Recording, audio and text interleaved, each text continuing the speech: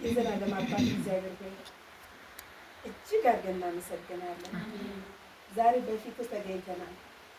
ዛሬ አንተን ልናይ፣ አንተን ልናዳምጥ፣ አንተን ልንሰማ ተሰብስበናልና አንተ ስማን። አሜን። የዘላለም አባት እግዚአብሔር ሆይ አንተ የምትናገረውን ቃል ብቻ መስማት እንድንችል አይኖቻችንን በዙሪያችን ያሉት ሁሉ መስቀልን ብቻ ማየት እንዲችል ተረዳን ዘንድ ለምንሃለን። የዘላለም አባት እግዚአብሔር ሆይ አንተ ተናገር፣ አንተ አንደበት ሆነን። የዘላለም አባት እግዚአብሔር ሆይ ማንንም ሳይሆን አንተን እንድንሰማ፣ አንተን መምረጥ እንድንችል፣ አንተን ማዳመጥ እንድንችል ታስተምረን ዘንድ ለምንሃለን። አሜን። የዘላለም አባት እግዚአብሔር ሆይ ዛሬ ግን በልዩነት ትገናኘን ዘንድ ለምንሃለሁ። ለሁላችንም የተለያየ እንቆቅልሾች አለን፣ የተለያየ ጥያቄዎች አለን። እርግፍ አድርገን ትተን መተና ወደዚህ ለምን አንተን ልናይህ፣ አንተን ልንገናኝ። ስለዚህ አንተ ተናገረን፣ እኛም እንስማ።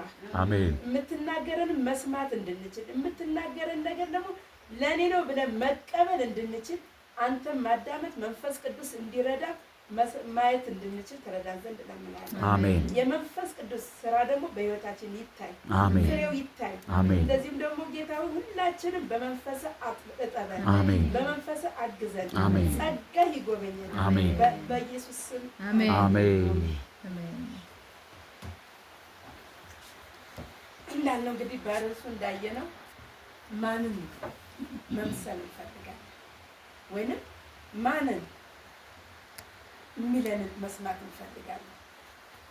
ማስደሰት ብዙ ጊዜ ራሳችንን ብዙ ጊዜ እናስደስታለን። ራሳችን በመረጥነው አቅጣጫ እንሄዳለን። እኔ ራሴ ብዙ ጊዜ የኛ እንዲሰማልን፣ የኔ ሀሳብ እንዲሰማ ወይም የራሴ የመረጥኩት ነገር እንዲሆን ነው የምንፈልገው። ይሄ ግን አንደኛ ሳሙኤል ላይ ምን ይላል?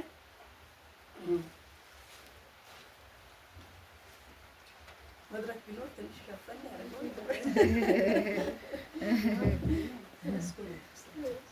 ጠረጴዛው ከኋላ ነበረ። ወደዛ ወደ ካልጋው ላይ አድርጊው፣ እንትኑ ወንበሩን አልጋው ላይ ከፍ እንዲል። አይ ይወድቅባታል።